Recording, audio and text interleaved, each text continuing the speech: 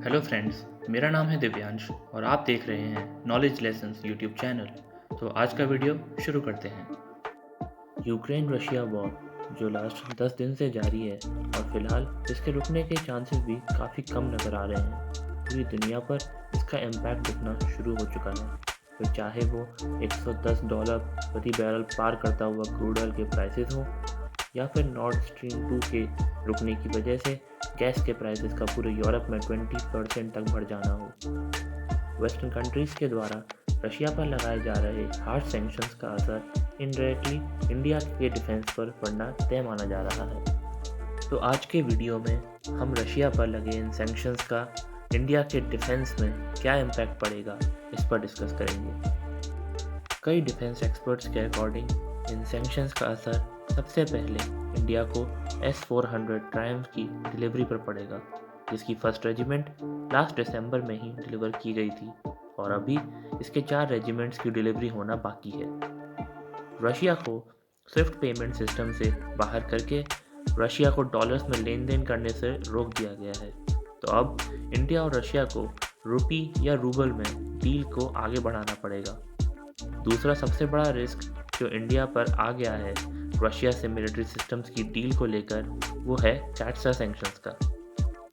Peace time में ये उम्मीद की जा रही थी कि अमेरिका इंडिया को कैट्सा वेवर दे सकता है, क्योंकि इंडिया पैसिफिक में इंडिया की स्ट्रैटेजिक इम्पोर्टेंस की वजह से।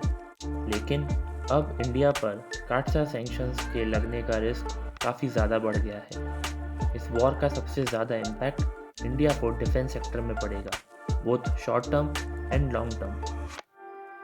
अगर हम लॉन्ग टर्म इम्पैक्ट की बात करें तो इंडिया की सबसे बड़ी चिंता है कि चाइना इस कॉन्फ्लिक्ट से सबक लेकर इंडिया के अगेंस्ट वॉर डिक्लेयर कर सकता है, क्योंकि वेस्टर्न कंट्रीज़ का यूक्रेन को लड़ाई में अकेले छोड़ देना चाइना ने भी ऑब्जर्व किया है। और वेस्ट के इसी ढीले रिप्लाई का फ़ायदा चाइना न सिर्फ ताइवान की रीयूनिफिकेशन में उठा सकता है, बल्कि इंडिया से भी कॉन्फ्लिक्ट को बढ़ा सकता है। S-400 की डील के अलावा और भी कई प्रोजेक्ट्स हैं जो अफेक्टेड हो सकते हैं रशिया पर सैंक्शंस की वजह से, जो हैं AK-203 राइफल्स की डील जो अभी फाइनल स्टेजेस में है।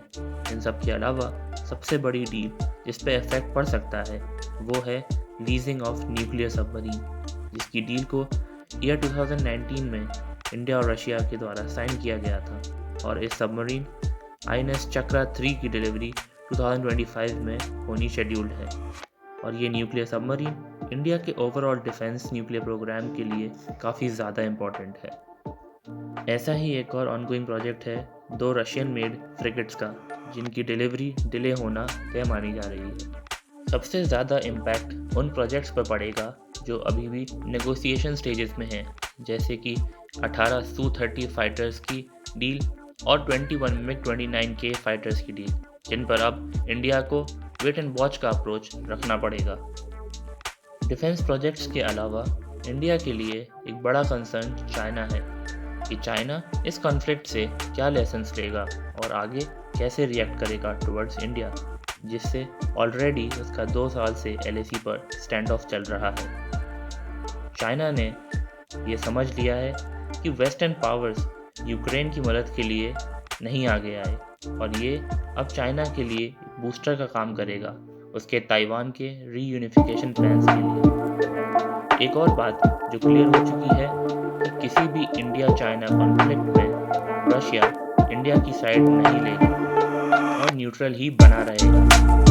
तो अब ये देखना है कि चाइना इस पर कैसे रिएक्ट करता है, क्या वो और ज़्यादा अग्रेसिव हो जाता है टुवर्ड्स इंडिया या फिर डीएस्केलेशन को और ज़्यादा डालने की कोशिश करता है इन LAC। इस पूरे यूक्रेन रशिया कॉन्फ्लिक्ट से और वेस्टर्न पावर्स के इसके प्रति रिएक्शन से इंडिया की किसी भी एक कंट्री पर पूरी तरह डिपेंड ना करने की पॉलिसी बिल्कुल सही साबित हो रही है, क्योंकि फ्यूचर कॉन्फ्लिक्ट के टाइम कोई भी कंट्री उस कॉन्फ्लिक्ट में डायरेक्टली इन्वॉल्व नहीं होगा और ये कॉन्फ्लिक्ट इंडिया को अपने दम पर ही लड़नी पड़ेगी पूरी तरह से।